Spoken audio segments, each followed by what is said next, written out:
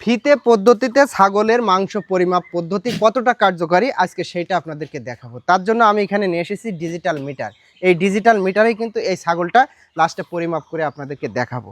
তাহলে এই ছাগলটার মাংস পরিমাপের জন্য আমাকে কি করতে হবে? এই ছাগলের যে সূত্র অনুযায়ী ছাগলের বেড় নিতে হবে। বেড়টা আপনি কোথার থেকে নেবেন? এই যে সামনে যে পা দেখতে পাচ্ছেন, এই পা ঠিক একবার গা দিয়ে কিন্তু বেড়টা নিতে হবে। তাহলে আমি সেইভাবে ফিতেটা দিয়ে দিচ্ছি। এই যে এখান থেকে বেড়টা দিয়ে দিলাম। এই যে কত হলো? বেড়টা 36। আপনারা কিন্তু বিষয়টা মনে রাখবেন যে বেড়টা 36। এবার কি নেবেন? এবার নেবেন ছাগলের দৈর্ঘ্য। ছাগলের দৈর্ঘ্যটা কোথার থেকে কিভাবে নেবেন? এই যে সামনের যে হাড়, এই হাড় থেকে একেবারে লেজের পিছনের যে হাড়, এই পর্যন্ত হচ্ছে দৈর্ঘ্য। ঠিক আমি সেইটা নিয়ে এখানে দেখাবো। এই যে এখান থেকে এই যে নিলাম, এই 30। ছাগলটা একটু বেঁকে আছে, এই জন্য এই যে এখানে 30।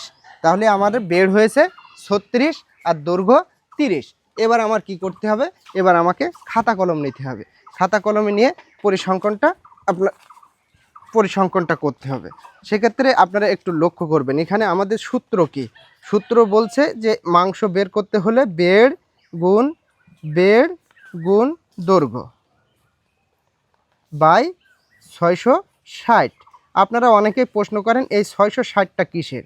এটা সূত্রের। আপনারা সাধারণত অঙ্ক করেন, বিজ্ঞানের বিভিন্ন সূত্র আছে, নিউটনের সূত্র আছে, সেই সূত্রের যে বিষয়গুলো সেগুলো তো আসলে কোনোভাবে কেউ ব্যাখ্যা করতে পারে না। যদিও তার ব্যাখ্যা আছে, কিন্তু অঙ্ক কষার সময় সেই ব্যাখ্যা কিন্তু কাজে লাগে না। তাহলে আমাদের বের হয়েছিল কত? 36। 36 গুণ 36। দৈর্ঘ্য হয়েছিল কত? 30 বাই 660। তাহলে এবার আমরা ক্যালকুলেটারের সহযোগিতা নেব। আপনারা সাধারণত বাজারে গেলে এখন অধিকাংশ মানুষের স্মার্টফোন আছে, সেই স্মার্টফোন। তাহলে 36 গুণ 30 কত হলো? 38,880। আমি এখানে একটু লিখে 38,880 বাই কত? 660। এবার 660 দিয়ে কিন্তু এটাকে ভাগ করতে হবে। ভাগ 660 কত হলো? 58.90 অর্থাৎ 59।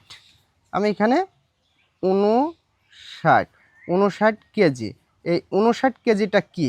এই যে ছাগলটা দেখতে পাচ্ছেন, এই ছাগলের কিন্তু টোটাল ওজন, অর্থাৎ এর শিং থেকে শুরু করে চামড়া, নাড়ি ভুঁড়ি, খুর, এ টু জেড এই ছাগলটার ওজন 59 কেজি।